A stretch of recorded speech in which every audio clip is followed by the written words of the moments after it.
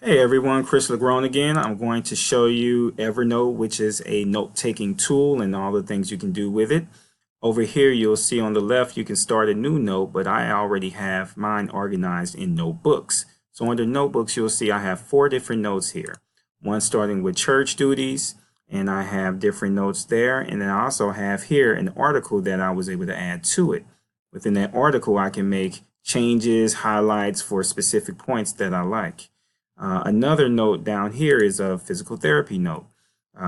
Various different notes here. It also has a checklist, so as I'm done with a particular item, I can check it and I know I've already completed that.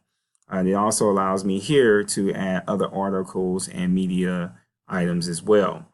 If I go down to Purdue, I have a commencement tab and other pieces, other notes as well. Under the commencement tab, I was able to add PDFs. So I have schedules set here for my trip.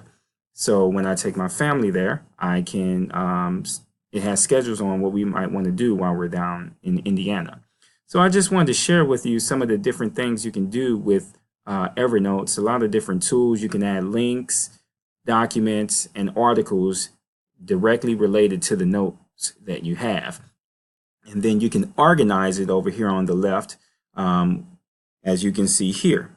Another good thing is that you can add shortcuts. So if it's something you're going to use often, like the Purdue tab, I can just have it here. So when I first log on and I need to go straight to Purdue, this shows me what I need.